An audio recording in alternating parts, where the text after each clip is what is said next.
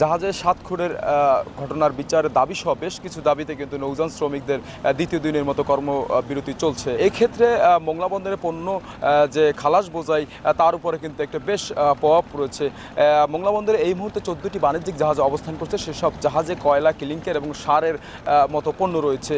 সেসব পণ্য কিন্তু কর্মবিরতির কারণে কিন্তু খালাস করা যাচ্ছে না।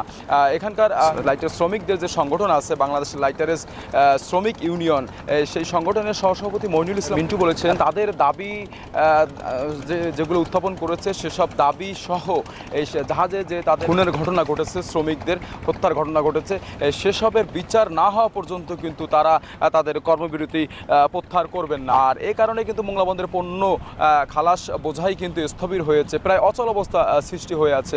এছাড়া মোংলা বন্দরে আপনি দেখতে পাচ্ছেন শত শত লাইটারের জাহাজ কিন্তু অ্যাঙ্কর করে আছে মোংলা এবং পশুর নদীতে।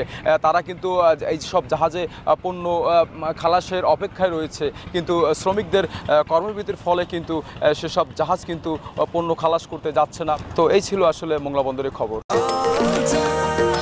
নিশ্চিন্তে খান স্বাস্থ্যকর অল টাইম পান, অল টাইম হেলদি লাইফ।